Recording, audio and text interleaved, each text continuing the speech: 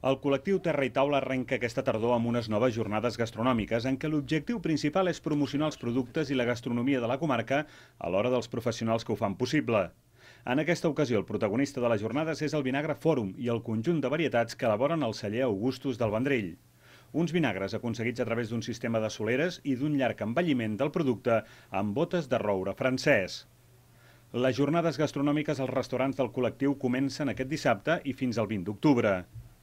I què farem nosaltres restaurant? Nosaltres farem, convertirem el vinagre amb el valor que ja té, intentarem fer noves coses, i tenim bastant sorpresa als restaurants que recomanem que vagin a les jornades i a partir d'aquí que coneixin el producte d'aquí, que és la nostra missió de Terra i Taula, que conegui la gent d'aquí, el producte que tenim aquí, perquè moltes vegades estan per tot arreu, menys a casa nostra. I l'avantatge que les jornades és donar a conèixer a la gent que pugui provar els vinagres.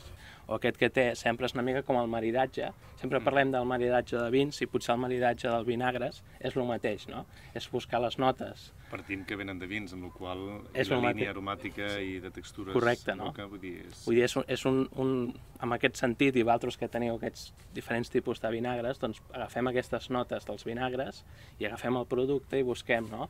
Doncs afinitat de gustos, però també persistències, no? Que aquest sempre és un vinagre amb més personalitat, doncs necessitarà un producte de més personalitat. La visita guiada al celler Augustus i al taller gastronòmic La Cuina del Vinagre serà el dimarts 22 d'octubre, amb una visita guiada amb el productor, tas de vinagres, i posteriorment s'aplicaran tècniques culinàries i propostes gastronòmiques perquè els assistents aprenguin diversos aspectes relacionats amb la cuina.